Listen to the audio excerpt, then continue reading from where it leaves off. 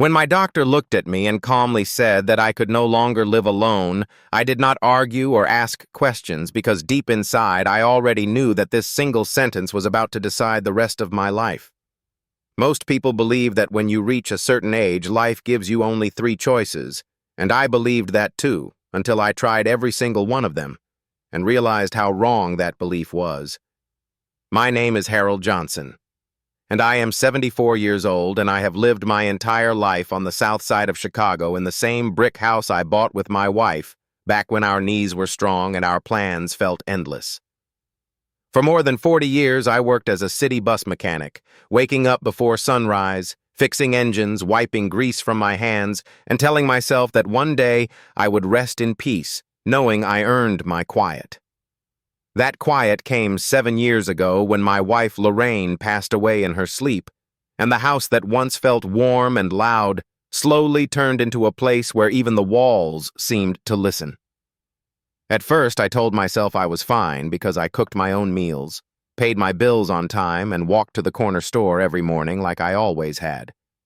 But time has a way of changing things slowly and without asking.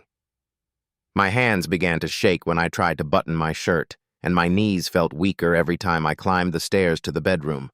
Some days I would forget why I walked into a room, and other days I would sit in my chair staring at the window for hours without realizing how much time had passed.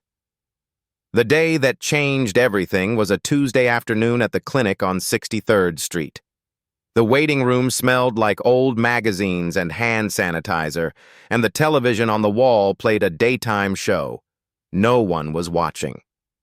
Dr. Williams had been my doctor for over 10 years, and he always spoke softly like he did not want to scare anyone.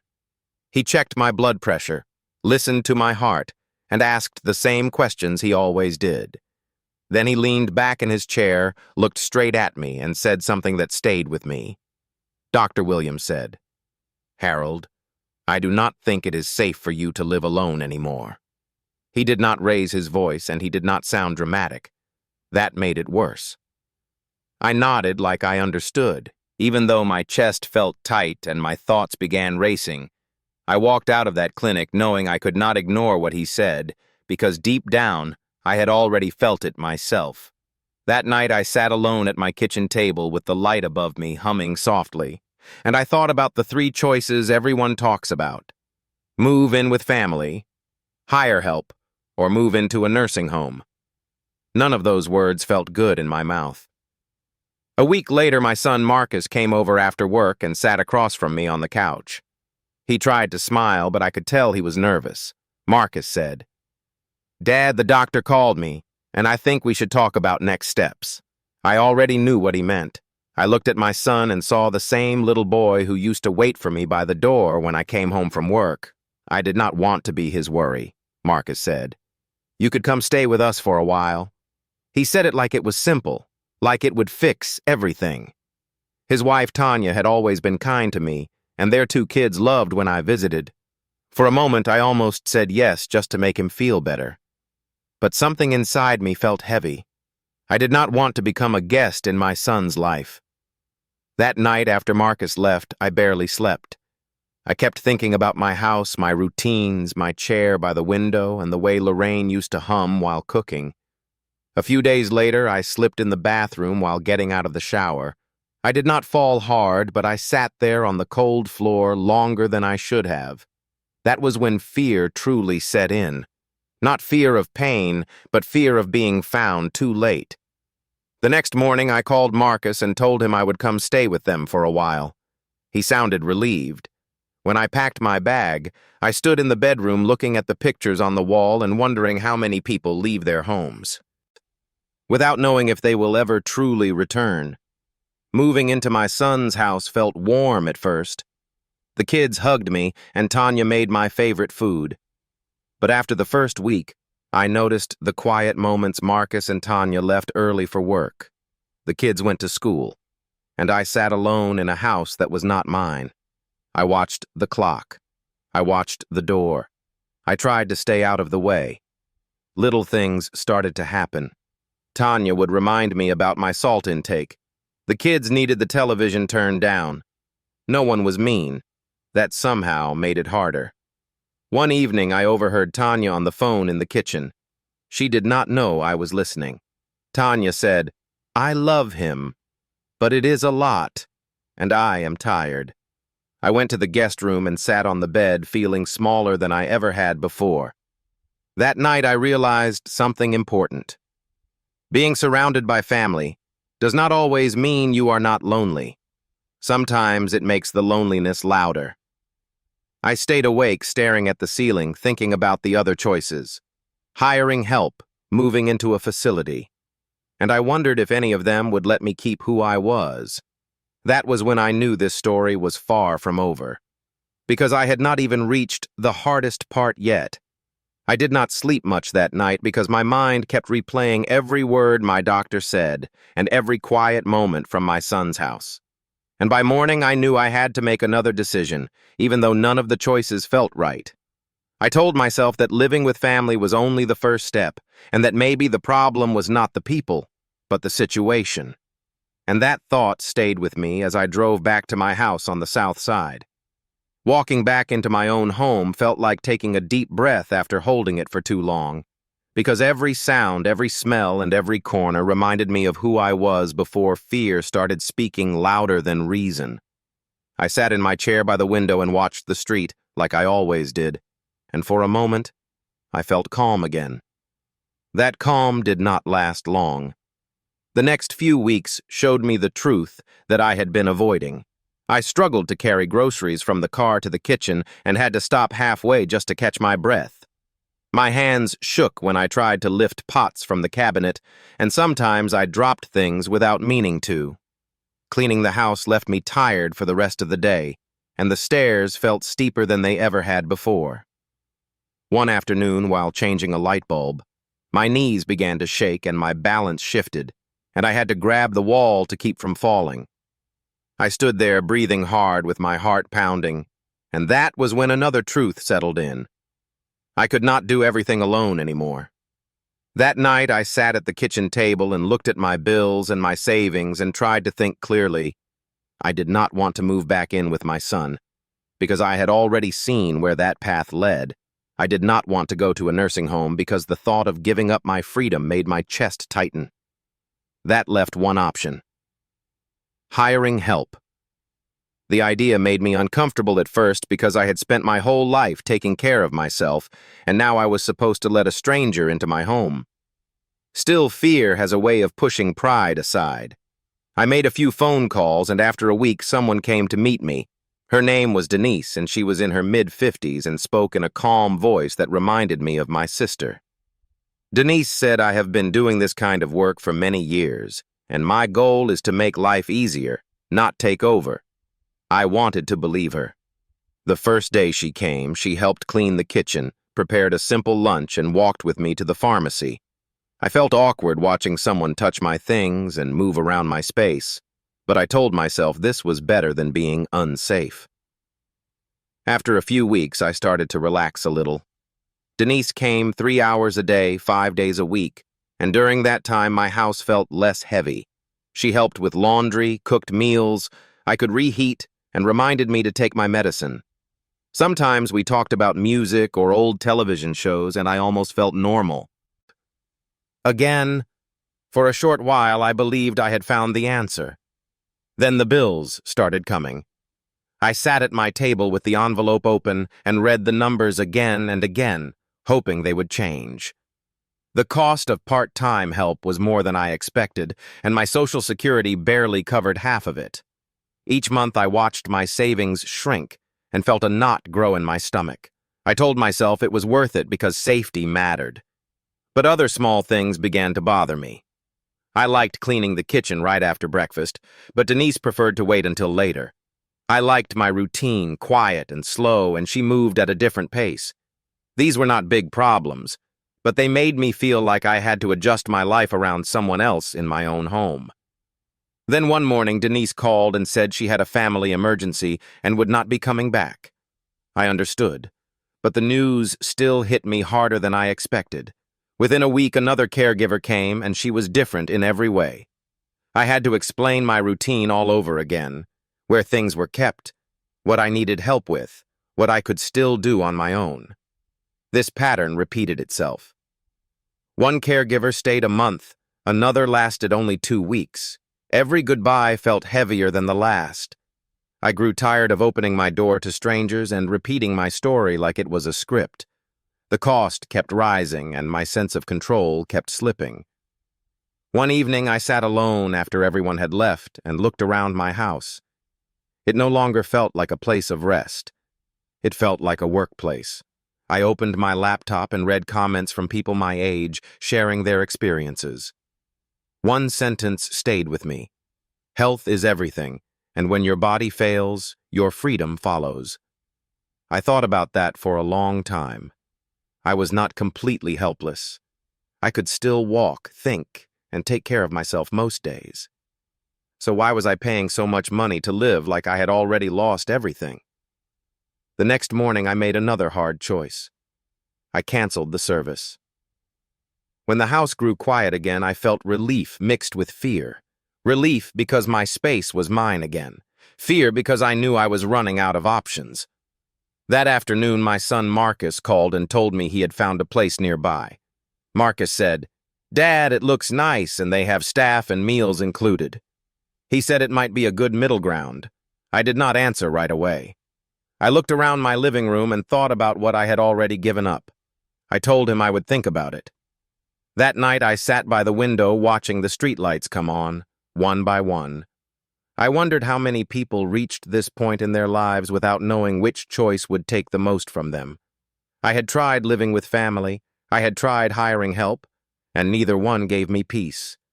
I did not know it yet, but the next decision I made would change everything, in a way I never expected. I agreed to visit the place Marcus found because I was tired of feeling stuck and tired of thinking in circles, and because part of me hoped that maybe this option would finally make things easier. The building was not far from my old neighborhood, and when I arrived, the outside looked clean and quiet, with trimmed grass and large windows that reflected the afternoon sun. A woman at the front desk smiled and handed me a visitor badge and spoke in a calm, practiced voice that sounded like she had given the same welcome many times before. Marcus walked beside me and kept saying that this place was one of the better ones and that many families trusted it. We were shown a small room with a bed, a dresser, and a chair by the window, and everything looked neat and simple, and nothing felt like it belonged to me. The staff explained the daily schedule and pointed out the dining hall, the activity room, and the nurses' station. They talked about safety and routine and care, and all of it sounded reasonable.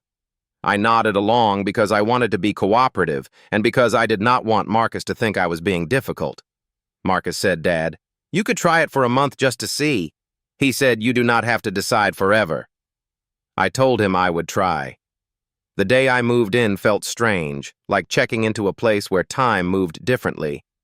I unpacked my clothes and placed a few photos on the dresser and sat on the bed, wondering how many people had done the same thing before me. The first few days were not terrible. I met a few other residents, and we talked about old jobs, old neighborhoods, and music from our younger days. We played cards in the common room and watched television together, and the food was warm and filling. I told myself I could adjust. But slowly things began to feel tight around me. Every morning followed the same pattern. Wake up early, breakfast at the same time, medication check, lunch, dinner, lights out. I had always been someone who stayed up late reading or listening to the radio, and now I was being told when the day was over. One night I kept my lamp on because I was not sleepy, and a nurse knocked on my door. She said, "Mr. Johnson, it is time to rest now." Her voice was kind but firm.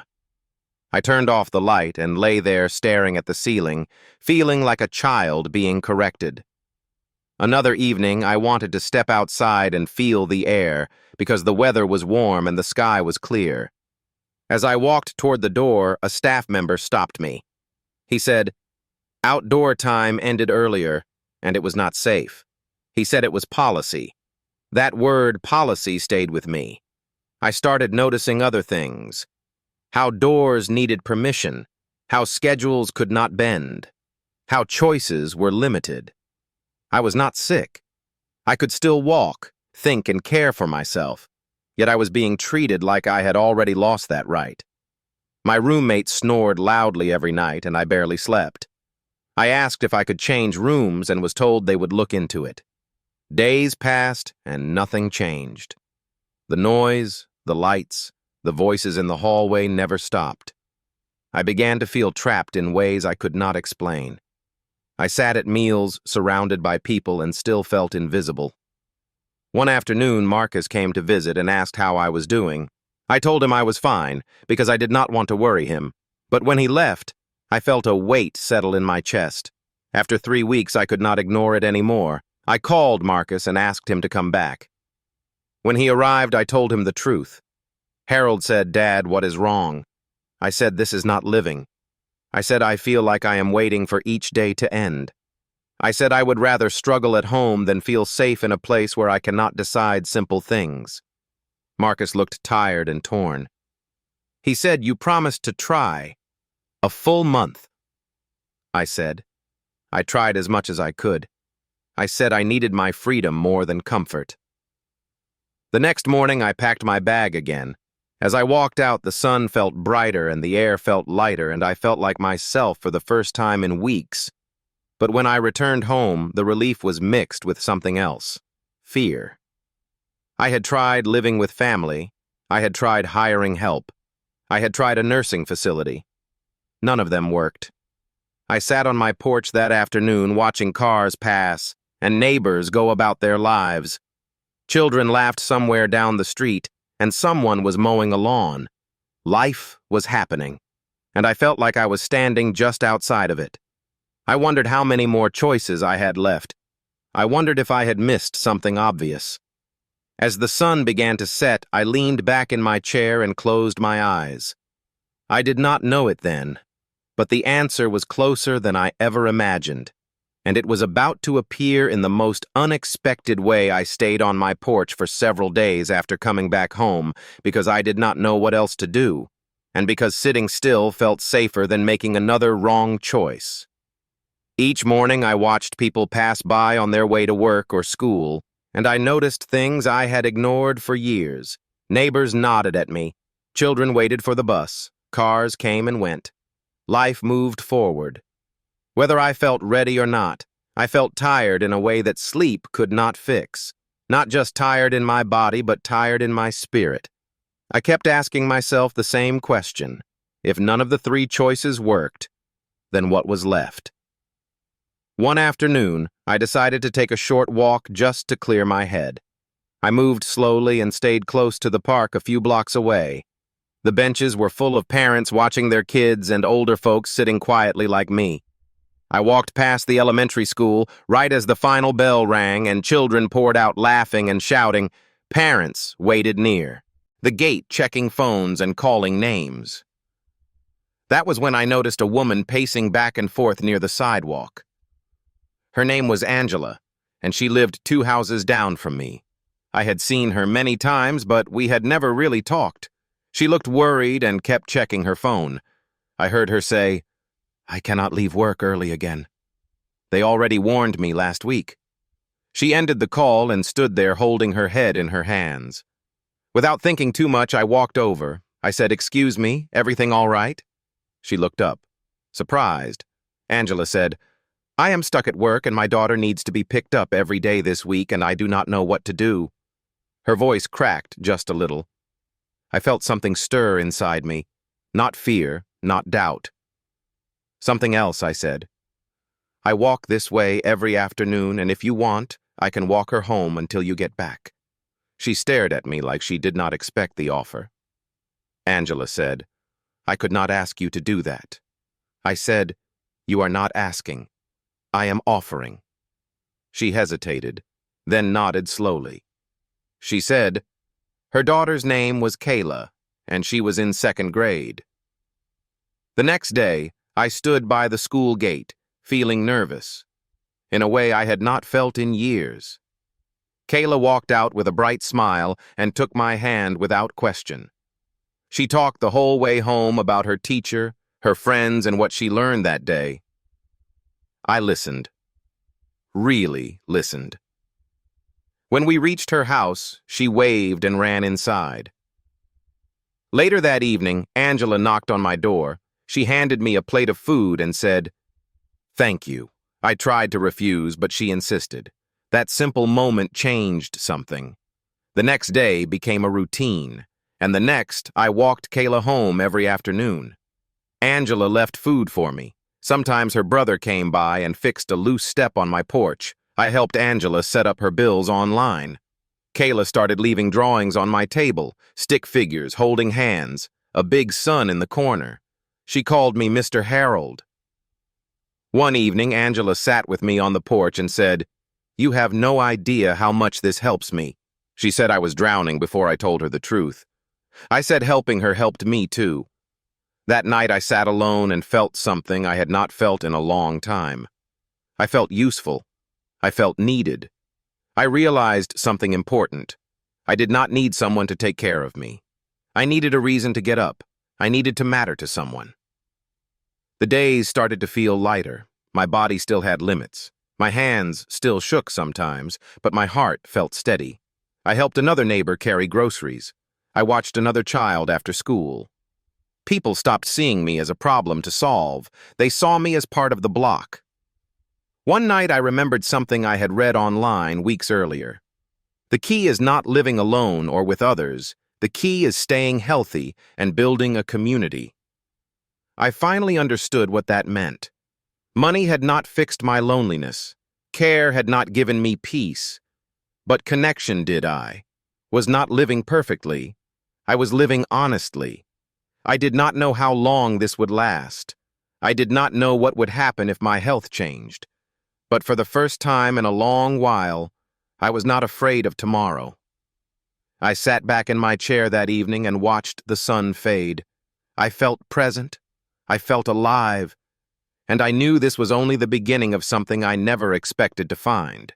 The changes in my life did not happen all at once, and they did not fix everything, but they slowly shifted how I woke up each morning and how I went to bed each night. I still had days when my body felt heavy, and days when my hands did not want to cooperate, and days when I moved slower than I wanted to. But something inside me had settled. I was no longer waking up with the question of where I belonged. I was waking up knowing that someone was expecting me to show up. That made a difference. I did not know I needed.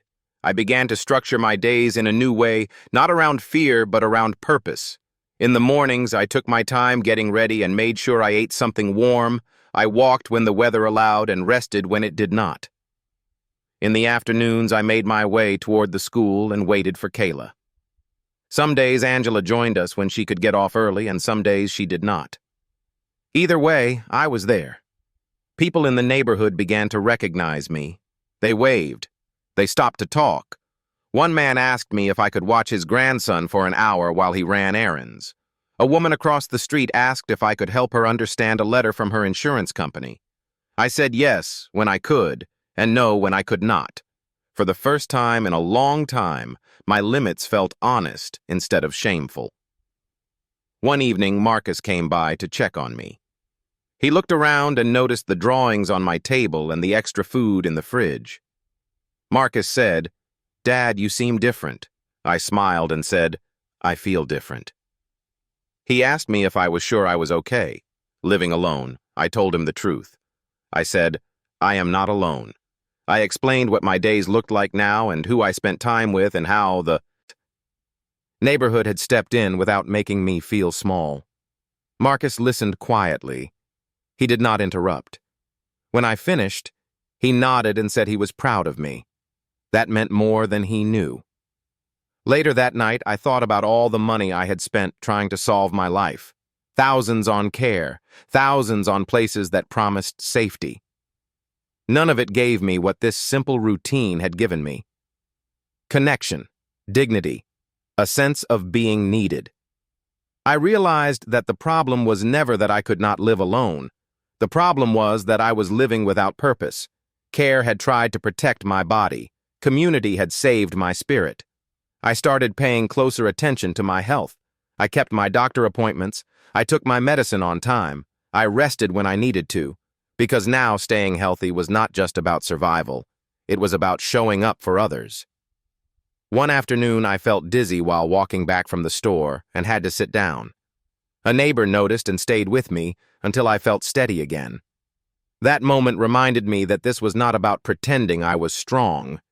It was about being supported in a way that respected who I was. I did not ignore the future. I thought about it often. I knew there might come a day when I would need more help than this community could offer. I accepted that. But I also knew that rushing into that future had almost cost me the present.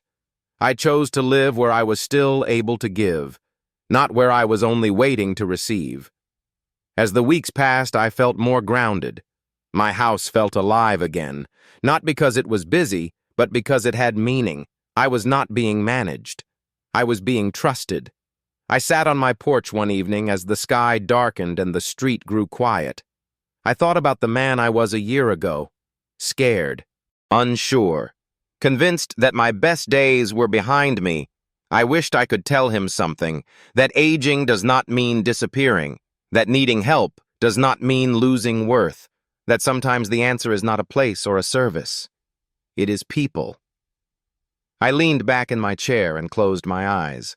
I felt tired in a good way, the kind of tired that comes from being part of something. I knew challenges would come again. Life always finds a way to test us. But I also knew I had found something real, and I was not ready to let it go. The idea that this new life could last forever was something I never allowed myself to believe, because experience had taught me that nothing stays the same, and especially not the body. Some mornings I woke up feeling steady and strong enough to take on the day, and other mornings I felt a tightness in my chest that reminded me to move slower and listen. I did not hide those moments from the people around me. I spoke honestly. When I needed rest, I said so. When I needed help, I asked. That honesty brought people closer instead of pushing them away. One afternoon, my doctor, Dr. Williams, called me back to the clinic for a follow-up visit. Sitting in that same waiting room months later felt different. The smell was the same. The television still played to no one. But I was not the same man. Dr. Williams checked my vitals and looked at my notes. He asked how I had been managing. I told him the truth. I told him about the neighborhood, about walking kids home, about people checking on me, about feeling useful again. He listened quietly. Then he smiled. Dr. Williams said, "Harold, what you found is something medicine cannot prescribe." He said, "Staying active, connected, and mentally engaged matters just as much as any pill." Hearing that gave me confidence, not false confidence, the kind that comes from being seen. I left the clinic that day, walking slower than before, but standing taller. The seasons changed. Summer turned to fall. Leaves covered the sidewalks. Kids grew taller. My routines adjusted. Some days I walked less. Some days I sat more. But I stayed present. One evening, Angela came over and sat beside me on the porch. She said, "Mr. Harold, I have been offered a new job." She said it would mean longer hours. I listened. She looked worried. She asked if I would still be able to help with Kayla. I told her I would help when I could and that she should take the job. She smiled and said she could not have done this without me. That moment stayed with me long after she left, not because I wanted credit, but because I realized I was part of other people's futures now. Marcus called more often. He stopped asking if I needed to move. He started asking how my day was. When he visited, he sat longer. He listened more. Our relationship changed, not because I needed less help, but because I needed less saving. One night, I felt a sharp pain in my leg while walking home and had to stop. A neighbor noticed and helped me sit. He stayed with me until the pain passed. He walked me home. That night, I lay in bed thinking I knew this balance was delicate. I knew one bad fall could change everything. I did not pretend otherwise, but I also knew that living in fear of that fall would steal the days I still had. I made a plan. Not a promise. A plan. If my health declined, I would ask for more help. If I could not walk safely, I would adjust. If the day came when I needed more care, I would face it then. Not before I shared this plan with Marcus. He listened. He nodded. He said he trusted me. That trust meant more than safety ever had. As winter approached, I spent more time indoors. Neighbors checked in. Kids visited. Kayla read to me from her school books. I listened. My house felt full again. Not crowded, full. One quiet evening. I sat alone and thought about the choices I almost made, how close I came to giving up my freedom out of fear, how easily dignity can slip away when decisions are rushed. I understood something then. Aging does not ask us to surrender everything at once. It asks us to choose carefully, to stay honest, to stay connected, to stay human. I was not cured. I was not fixed. I was living. And that was enough. As I turned off the light that night, I felt calm, not because the future was certain, but because I was no longer facing it alone. I closed my eyes, knowing there was still one more thing I needed to say. One truth that tied everything together, but I was not ready to speak it yet.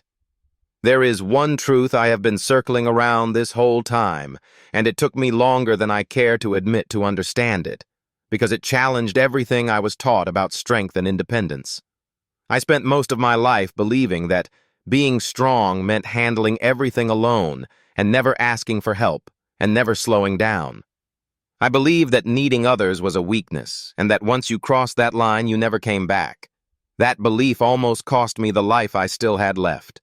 What I learned instead is something much simpler and much harder to accept. I did not need to be taken care of. I needed to still matter.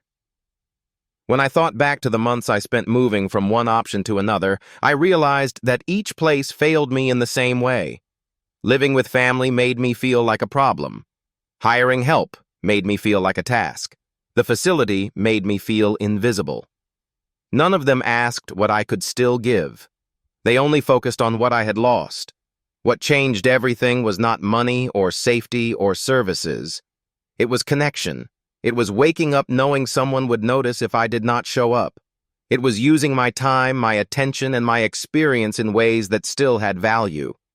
Once I understood that everything else fell into place, I did not suddenly become younger.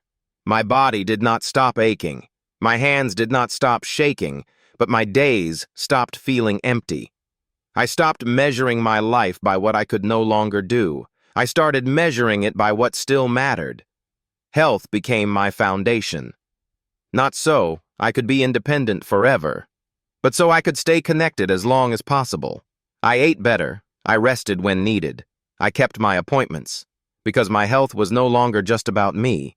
It was about the people who counted on me. I also learned that there is a middle ground that no one talks about. You do not have to choose between complete independence and complete dependence.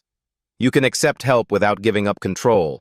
You can offer support without exhausting yourself. You can live alone and still belong. Some evenings, Marcus and his family come over for dinner. Kayla sits at the table doing homework while I listen. Angela laughs more now.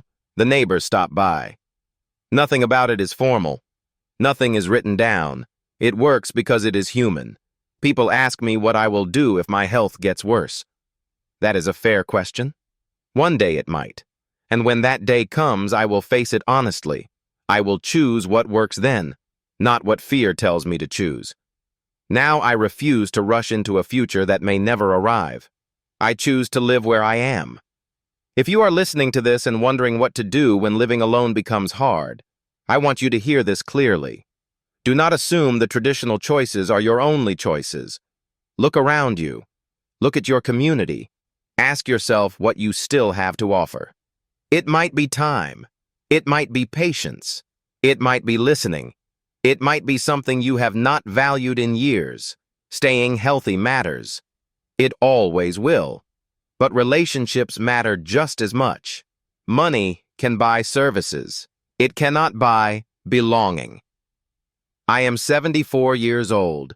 I live alone, but I am not lonely. I am not waiting for my life to end. I am living it. On my terms. Every day I wake up knowing that my presence still counts, that I am part of something larger than myself, that I still have a place. And as I sit here now watching the light fade through the window, I do not feel afraid. I feel grateful. Grateful that I did not give up too soon. Grateful that I listened when life nudged me instead of pushing me.